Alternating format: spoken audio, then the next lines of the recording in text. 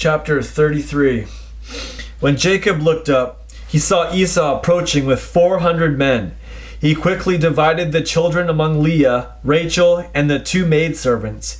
He lined up the maidservants and their children in front, and Leah and her children, then Rachel and Joseph last of all.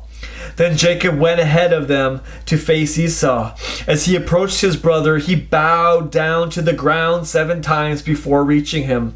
But Esau ran to Jacob and hugged him.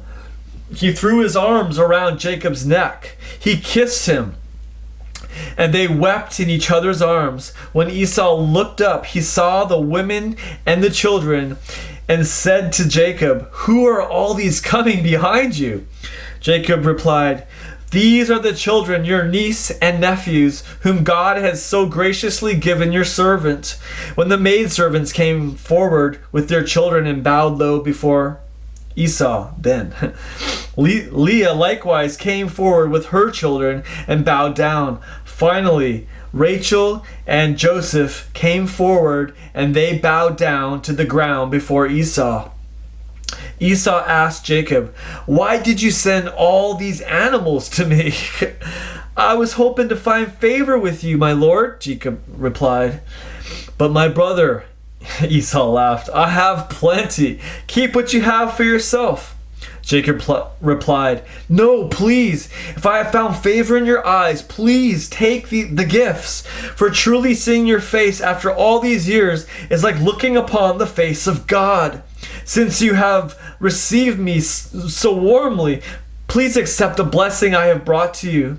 For God has poured his grace over me, and I have everything I want."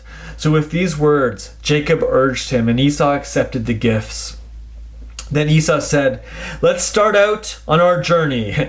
I'll walk alongside you." But Jacob replied, "My lord, you can see how tired the children are, and all our flocks and herds are nursing their young. If we drive them too hard for even a day, they will die.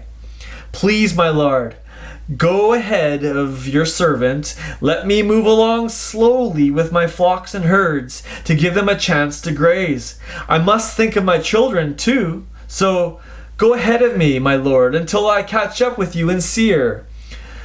Esau said, "Well, at least let me leave you with some of my men." "You're so kind," Jacob replied, "but there's no need to do so." So that very day Esau and his men left to return to Seir, but Jacob went the opposite direction to Succoth instead, and built himself a house there. He also built shelters for livestock, and that is why Jacob named the place Succoth. Jacob's journey home from Padan Aram finally brought him safe and sound to the Canaanite city of Shechem, where he camped just outside the city. He purchased the field where he pitched his tent from the clan of Hamor, Shechem's father, for 100 pieces of silver. There he set up an altar and named it "To the True God, the God of Israel."